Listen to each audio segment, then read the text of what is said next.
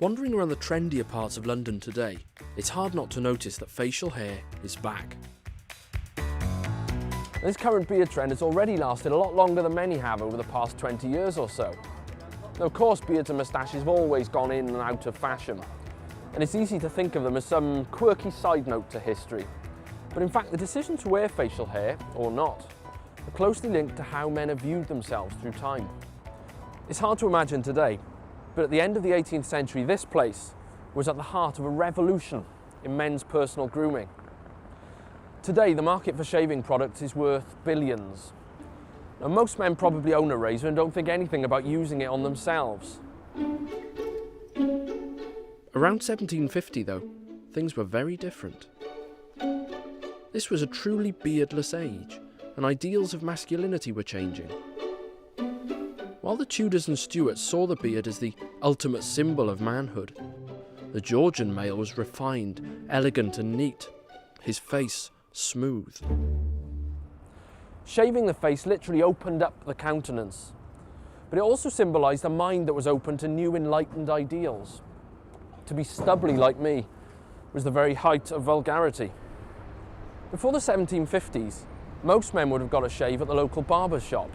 Now, barbers had originally been barber surgeons, and shaving was linked to older ideas of the body as consisting of 4 humours. Shaving the face was ridding the body of a form of waste. But barbers sometimes had something of a bad reputation. A combination of blunt blades and clumsy practitioners made this a sometimes uncomfortable experience. Just look at the expressions of the poor customers in these satirical images. "Zounds, how you scrape!" cries one customer, while another screams as the distracted barber is about to slice off his nose. Men like James Stoddart and John Savini, however, were about to change all that. Using the brand new cast steel, they were busy creating new, elegant razors. These images of surviving instruments show just how lethally sharp these razors could be. Georgian razor adverts weren't all that much different to today's.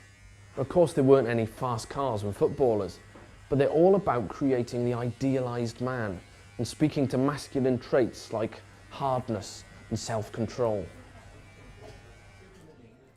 Perfumers sold other things like toilet kits, including everything a travelling gentleman might require. There were even aftershaves, fragrances and creams. This was a whole new world of male pampering. But the razors made by prominent makers like Stoddart and Savini weren't just cheap, throwaway items. The average model of their razors cost between 3 and 6 shillings, around about 20 to 30 pounds in today's money. Now, whilst that might not seem a lot, this was a time when the average labourer probably only earned 20 shillings in an entire week. These were luxury items beyond the reach of the ordinary man.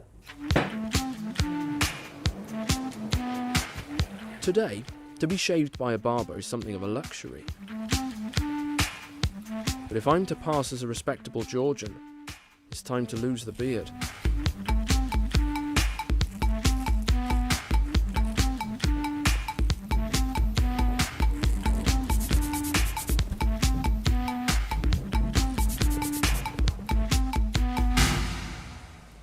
Every inch, the smooth, enlightened man.